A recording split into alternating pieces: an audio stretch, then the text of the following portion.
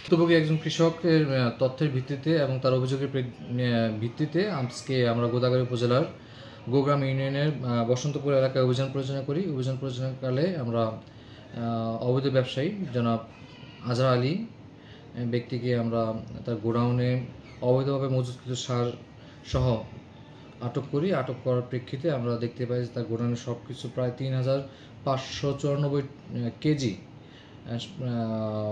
ভেজাল সার আমরা জব্দ করি এবং ওগুলো ধ্বংস করি।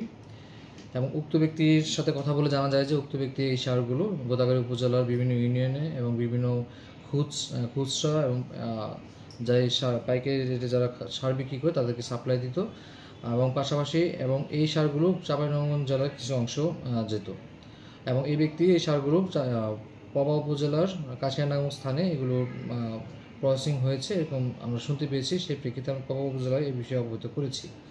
আমরা প্রায় যে পরিমাণ সার আজকে আটক করেছি, আটকের আনুমানিক মূল্য প্রায় 9 লক্ষ টাকা। এগুলো আমরা জব্দ করেছি, ধ্বংস করেছি। উল্লেখ্য বিষয় যে আমাদের এই ধরনের অভিযান অব্যাহত থাকবে এবং উক্ত ব্যক্তির লাইসেন্স বাতিল করার জন্য আমরা কৃষি অফিসারকে নির্দেশনা প্রদান করেছি এবং এইরকম অভিযোগের প্রেক্ষিতে আমাদের যে কোনো অভিযোগের প্রেক্ষিতে আমাদের অভিযান পরিচালনা থাকবে এবং কৃষকের স্বার্থ রক্ষার ক্ষেত্রে এই অভিযান চলমান থাকবে। ধন্যবাদ।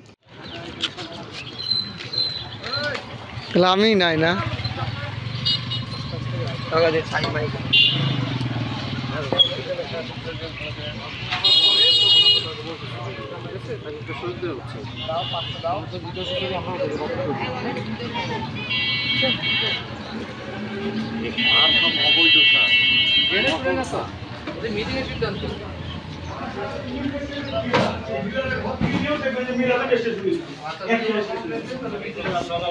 মারলেন কেন?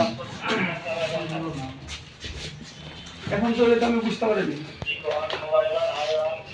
হ্যাঁ, কর্তৃত্বপত্র দিলে কোম্পানির কাছে